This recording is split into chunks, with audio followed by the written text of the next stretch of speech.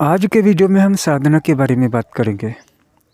साधना के बहुत सारे प्रकार हो सकते हैं, उनमें से आज खास करके जप के बारे में बात करेंगे। आप किसी भी इष्ट देवी या देवता का मंत्र जप करके साधना के क्षेत्र में तरक्की कर सकते हैं।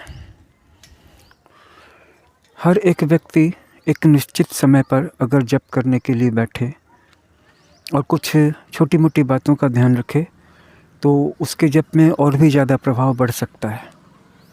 सबसे पहली चीज़ कि जब हम जप करें तो हमारा शरीर कांपे नहीं, हिले डुले नहीं। जैसे बहुत लोग पढ़ते समय ऐसे ऐसे करके पढ़ते हैं या जप करते समय ऐसे ऐसे कर पढ़ रहे हैं, है ना। ऐसे ऐसे करके नहीं, बिल्कुल स्थिर होना चाहिए शरीर। सुषुम्ना सीधी रहनी चाहिए। मतलब मैं ये नहीं कहता कि एकदम तन जाइए पूरा, लेकिन एकदम झुक जाना भी ठीक नहीं है। बिल्कुल बीच का होना चाहिए। और बीच की सिचुएशन में क्या हुआ, जब ज़्यादा फल देगा, आपकी ऊर्जा जल्दी जगेगी और उसके कोई नेगेटिव इफ़ेक्ट या नकारात्मक परिणाम भी नहीं होंगे। तीसरी चीज़ है आँखों की स्थिरता। आँखों की स्थिरता का मतलब है कि अगर आँखें इधर उधर देख रही हैं कुछ कि क्या हो रहा है, मक्खी उड़ रही है, कहाँ से आवाज़ आ रही है, ध्यान जा रहा है, तो आँखें हिल रही हैं। आँखें न हिले तो ज़्यादा फल करेगा। आँखें स्थिर रहनी चाहिए। इसके बाद तीसरी चीज़ है मुद्रा। कोई भी एक मुद्रा बना लें हाथों की और ऐसे घुटनों पर रख लें। यह सबसे सिंपल, इसे हम ज्ञान मुद्रा कह सकते हैं। तर्जनी उंगली है और अंगूठे की टिप है, तो तर्जनी उंगली और अंगूठे की टिप को आपस में मिला करके हम घुटनों पे रख के जप कंटिन्यू कर सकते हैं। वही किया हुआ साधारण जप अब बहुत ज़्यादा, कई गुना ज़्यादा पावरफुल हो जाएगा। मुद्राएं अलग अलग तरह की होती हैं, जिनके बारे में हम आने वाले वीडियो में आपको विस्तार से जानकारी देंगे। अभी आपको जो भी मुद्रा कंफर्टेबल लगे, आप चाहे तो नाभि के नीचे दोनों हथेलियों को इस तरह से करके भी लगा सकते हैं। इससे भी मन बहुत एकाग्र रहता है, शांत रहता है। बात आ जाती है मन की, तो मन कल्पना के द्वारा आकर्षित होता है। इसलिए अगर आप मान लीजिए कि भगवान श्री राम जी के मंत्र का जप कर रहे हैं या उनके नाम का जप कर रहे हैं, राम राम राम राम राम राम, तो ये जप न टूटे और भगवान राम के गुणों का चिंतन कीजिए, उनके स्वरूप का चिंतन कीजिए। उनके जो भी गुण आपने पढ़े हैं, सुने हैं, देखे हैं, और जो जिन गुणों के कारण वो विख्यात हैं, जाने जाते हैं, उन गुणों का चिंतन कीजिए कि वो मर्यादा पुरुषोत्तम थे, एक पत्नी व्रती थे, भक्तवत्सल थे, शक्तिशाली थे, अजेय थे, सत्य के पुजारी थे, माता पिता के भक्त थे। उन्होंने माता कैकेयी की भी इच्छा पूरी की। बाद में दशरथ ने उन्हें रोका भी कि तुम वन मत जाओ, मेरी आज्ञा का उल्लंघन कर दो, लेकिन उन्होंने उनके वचन की रक्षा की, जो महाराज दशरथ ने माता कैकेयी को दे दिया था। तो वैसे ही माता कैकेयी की भी इच्छा की उन्होंने पूर्ति की। बाद में माता कैकेयी को ज़रूर अफसोस हुआ और वो समझ नहीं सकी, और जब जिस भरत के लिए उन्होंने किया था, जब उस भरत ने भी उन्हें प्रताड़ित किया, क्योंकि तुमने मुझे क्या समझा, मैं राज्य का भूखा हूँ, तो वो भी प्रभु श्री राम के पक्के भक्त थे, उतने ही जितने लक्ष्मण जी थे, हनुमान जी थे, उससे कम नहीं थे। बस फ़र्क ये था कि लक्ष्मण जी ने उनका साथ निभाया और उनको महाराज की आज्ञा के अनुसार, यानी श्री राम जी की आज्ञा के अनुसार अयोध्या में रह करके राज्य का संचालन करना पड़ा। नहीं तो भरत और लक्ष्मण के प्रेम में कोई अंतर नहीं है, और न ही ये कहा जा सकता है कि कोई बढ़ के है या कोई घट के है। तो भगवान राम से संबंधित गुणों का जिनका वर्णन उनकी लीलाओं में हुआ है, वाल्मीकि रामायण में हुआ है, कंब रामायण में हुआ है, तुलसीदास जी की रामचरितमानस में हुआ है, विभिन्न प्रकार के लेखकों ने उसका अपने अपने हिसाब से आजकल की भी आधुनिक हिंदी भाषा में भी रूपांतरण किया है, और अनेक सारे उपन्यास के आकार में भगवान राम की कथाएं आई हैं। तो भगवान राम से संबंधित बहुत सारे सीरियल भी बने। आपके मन में उनका जो भी आदर्श स्वरूप बनता है, वैसे तो परमेश्वर कल्पना से परे होता है, लेकिन आप उनका ध्यान करके, उनका चिंतन करके और अपने मन को ऊपर उठा सकते हैं जप करते समय। जब भी आप जप करें तो इतना ज़रूर ध्यान रखिएगा कि जिसके नाम का या जिसके मंत्र का आप जप कर रहे हैं, आप अपने गुरु के द्वारा भगवान श्री रामचंद्र जी के सही मंत्र की दीक्षा भी प्राप्त कर सकते हैं। लेकिन अगर आपको जप करते समय ये याद रहे कि जब मैं अपना समय दे ही रहा हूँ तो मैं अपने मन को भी इधर उधर क्यों भटकने दूँ, क्योंकि जप की प्रक्रिया से भी ज़्यादा कीमती है कि आपके मन का कंसंट्रेशन कहाँ पर है। तो ये ज़्यादा अच्छा रहेगा कि जिसका जप कर रहे हैं उसी के स्वरूप का और उसके गुणों का चिंतन करें। तो ऐसा किया हुआ जप आपको तेज़ी से साधना की दिशा में अग्रसर करेगा और विकास तेज़ी से होगा। जप करने से व्यक्ति मंत्रों की शक्ति से, शब्दों की शक्ति से, क्योंकि शब्दों की अपनी एक शक्ति होती है, मंत्रों की अपनी एक शक्ति होती है, कई सारी शक्तियाँ पैदा होती हैं। धनात्मक ऊर्जा भी पैदा होती है, ऋणात्मक ऊर्जा भी। ऋणात्मक ऊर्जा बाधाओं को काटने के काम में आती है, बीमारियों को, कष्टों को, ऋणों को। जबकि धनात्मक ऊर्जा से कोई चीज़ हासिल की जाती है, जैसे धन है, नौकरी है, खुशियाँ हैं, सही पार्टनर है, या सही पोस्ट है, या सही समय है। तो हम सब याद रखें कि मंत्रों का उच्चारण भी एक राइट वे में होता है। हर एक लेटर का एक वेट होता है, जिसको अपने गुरु के द्वारा ही जाना जा सकता है। अगर आप भी साधना के क्षेत्र में आगे जाना चाहते हैं, आगे बढ़ना चाहते हैं, तो सही तरीके से मंत्र जपें। शरीर हिले डुले नहीं, आंखें भी स्थिर रहें, रीढ़ की हड्डी सीधी रहे, और जिसका नाम जप कर रहे हैं या गुरु से प्राप्त मंत्र का जप कर रहे हैं, जिस देवता का, जिस देवी का, उसके स्वरूप का चिंतन मन में करें, कल्पना करें, और उसके गुणों का भी स्मरण करें, गुणों का भी चिंतन करें। तो ये अपने आप में एक कंप्लीट सर्किट हो जाएगी, जिसके बाद कि आपकी साधना में तरक्की तेज़ी से होगी। तरक्की तेज़ी से होगी तो मंत्रों की शक्ति से आप काल की रस्सियों को काटने लगेंगे। हम सब पता है ना, काल में बंधे हैं। मतलब जब जिसका जो लिखा है उसको होने से कोई भी नहीं रोक सकता है। जिसके साथ जो भी जब भी लिखा है, मज़े की बात उस पर से ये है कि जब व्यक्ति का अच्छा समय लिखा होता है तो वो इस तरह से हंसता है और इतना कॉन्फिडेंट दिखता है, मानो उसका ये अच्छा समय उसके अपने ही हाथों से आया है और अब उससे इसको कोई अलग नहीं कर सकता। लेकिन ये सब कुछ काल भगवान के हाथों की करामात है। फिर उस व्यक्ति का भी बुरा समय आएगा, नीचे जाने वाला टाइम आएगा, फिर उसके पास जो भी था वो सब छिन जाएगा या कमज़ोर होने लगेगा, कम हो जाएगा। मैं ये नहीं कहता कि सबके साथ ऐसा हो जाएगा, लेकिन अगर दिल पे हाथ रख के पूछो तो प्रत्येक क्षण क्या तुमसे कोई ना कुछ तुमसे नहीं अलग हो रही है? प्रत्येक क्षण तुम्हारी आयु नहीं जा रही है, स्वास्थ्य नहीं जा रहा है। हो सकता है कि तुम्हारा पैसा दिन दूनी रात चौगुनी से बढ़ रहा हो, लेकिन बहुत सारे लोगों के साथ तो ये भी केस नहीं है। फिर चाहे केस अच्छा हो चाहे बुरा हो, लेकिन एक बात जो मैं कहना चाहता हूँ यहाँ पे वो ये है, इस बात को समझ लीजिए कि गर्व करने का कोई कारण नहीं है। जो भी करते हैं काल भगवान करते हैं, और इन काल भगवान को कोई भी पूरी तरह से दबा नहीं सकता है। मंत्र जप करने से आप थोड़ा सा ऊपर उठ सकते हैं।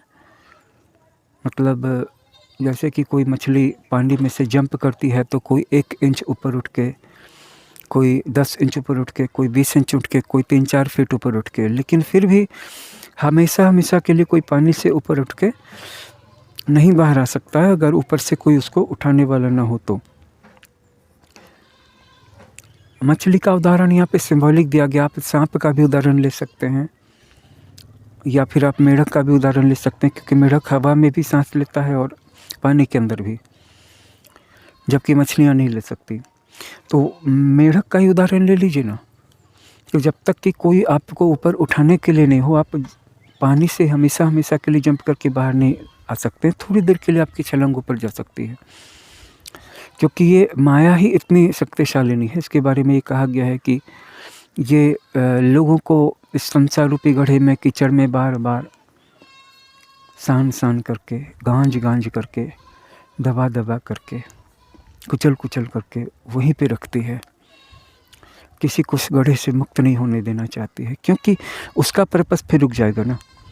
संसार में जितने ज़्यादा लोग पैदा हों, जितने ज़्यादा लोग मजबूरी में रहें, फिर वो अपने ही जैसे बच्चों को पैदा करें, उनके बच्चे भी आएँ बड़े हों, फिर वो भी अपने ही जैसे बच्चों को पैदा करें, और ये सृष्टि हमेशा चलती रहे, उनकी कुर्सी हमेशा चलती रहे।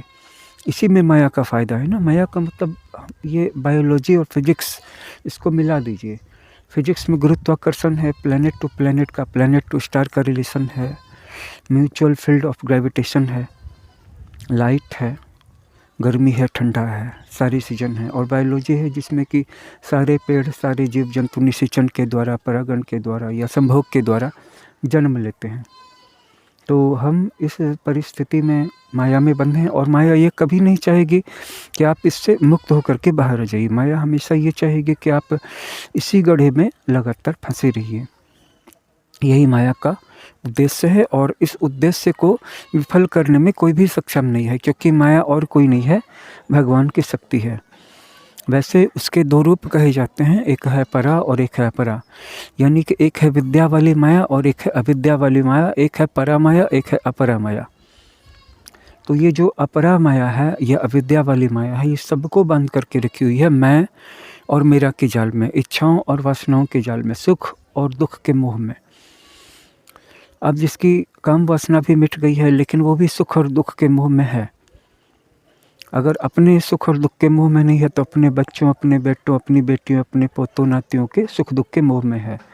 और ये मोह बार बार उसको खींच करके इसी संसार में पुनर्जन्म के चक्र में ला करके खड़ा कर देता है। तो कोई भी इससे बाहर नहीं हो सकता है। लेकिन हाँ, जो मंत्र का जप कर रहा है, उसके पास एक इंडिपेंडेंट फोर्स आ जाती है। इंडिपेंडेंट फोर्स आ जाती है, और इस इंडिपेंडेंट फोर्स में आपके पास एक स्वतंत्र गति होती है, एक स्वतंत्र प्रभार आ जाता है। यानी कि अपनी जिम्मेवारी अब आप खुद ले लेते हैं। अब आप प्रकृति के हाथों में नहीं छोड़ रहे अपने आप को, क्योंकि प्रकृति वैसे भी आपको इस गड्ढे में डालेगी, निकालेगी, डालेगी, निकालेगी। अंत में एक समय ऐसा आएगा जब आप इससे बाहर हो जाएंगे। हो सकता है ऐसा समय 10 लाख साल के बाद आए, हो सकता है ऐसा समय 10 करोड़ कल्पों के बाद आए, क्योंकि माया इतनी जल्दी छोड़ने वाली है नहीं। और उसमें भी अगर आपकी अपनी कोई आकांक्षा या कोई मोह जागृत रह गया, कुछ बाकी रह गया, तब तो फिर आप कभी भी यहाँ से मुक्त नहीं हो पाएंगे। लेकिन अगर आप मंत्र जप रहे हैं और कुछ सूक्ष्म बातों का ख्याल रख रहे हैं, जिनकी चर्चा की हम अपने चैनल पे आगे आने वाले वीडियोज़ में भी करते रहेंगे, तो आपको उस बात का एहसास हो जाएगा कि मैं क्या कहना चाह रहा हूँ। जितनी काल की गति है आपको क्षय करने की, इससे पहले कि आपके छोटे छोटे उद्देश्य पूरे हो पाए। मुक्त हो जाने के बाद तो आप छोड़ ही दीजिए। इस संसार में रह करके इस संसार की चीज़ों को पूरा करने का भी जो एक छोटा छोटा स्टेप वाइज गोल वाला सिस्टम होता है, कि मैं छोटे छोटे गोल्स में, जैसे मुझे कुछ ज़मीन खरीदनी है, फिर ज़मीन खरीद ली तो अब इस पे मकान बनाना है, मकान का ग्राउंड फ्लोर बना लिया तो थोड़ा ऊपर की फ्लोर भी बना लेना है, क्योंकि परिवार बड़ा हो रहा है, तो ज़्यादा लोग होंगे, बच्चों की शादियाँ होंगी, फिर उनके भी बच्चे होंगे, तो ज़्यादा कमरों की ज़रूरत पड़ेगी। फिर उनके लिए नौकरी भी चाहिए। अगर वो नौकरी कर लेते हैं तो ठीक है, मैं उनके लिए कोई बिजनेस कर दूँ। बिजनेस करने के लिए ज़्यादा पैसा कमाना है, ताकि मैं अपने बच्चों को कुछ कैपिटल दे दूँ, कुछ सहायता दे दूँ। या अगर वो बाहर में कहीं पे चेन्नई, बेंगलोर, दिल्ली, मुंबई, अहमदाबाद, सूरत कहीं पे रह के भी पढ़ाई या कोई बिजनेस कर रहे हैं, तो मैं उनको कुछ पैसे दे दूँ। और इसके लिए मुझे और काम करना है। मतलब जहाँ पे 20 साल पहले वाला सोच भी नहीं सकता था कि इस बिंदु पे आने के बाद भी उसका कोई लक्ष्य बाकी रहेगा, लेकिन पैसा कमाने और ज़रूरतों को पूरी करने का जो एक चक्र है, एक रेस है, ये 20 साल के बाद भी ख़त्म नहीं होगी। बल्कि कई बार तो आपको लगेगा कि अब बस शुरू ही हुए हैं। व्यक्ति को लगता है बस किसी तरह पैर पे खड़े हो जाए, लेकिन जब वो पड़े से खड़ा होता है तो देखता है कि अब तो दौड़ शुरू ही हुई है। नहीं, दौड़ भी नहीं कर सकते, अभी चलना शुरू ही किया है, और चलना शुरू किया, अब इसके बाद फिर दौड़ शुरू हुई है।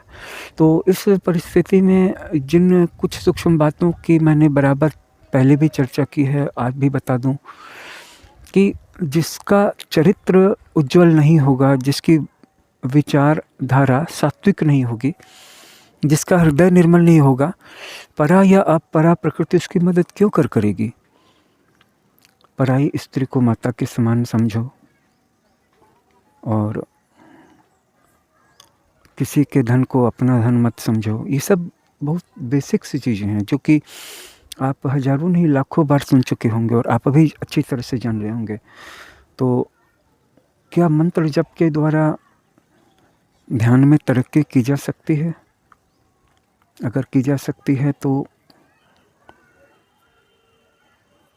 ज़रूर करनी चाहिए और बस हमारा आचार विचार भी शुद्ध होना चाहिए। नहीं तो परा और अपरा प्रकृति आपकी मदद क्यों करेगी। आप इसी में बंधे रहेंगे, आप इसी संसार के गड्ढे में लगातार गिरते और उठते रहेंगे। अगर इससे बाहर आना है, खुली हवा में सांस लेनी है, मुक्ति का सुख प्राप्त करना है।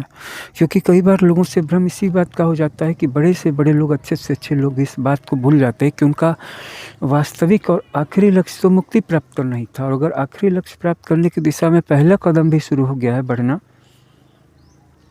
और फिर भी आप भूल जाते हैं, तो इससे पता चलता है कि माया की शक्ति कितनी ज़्यादा है।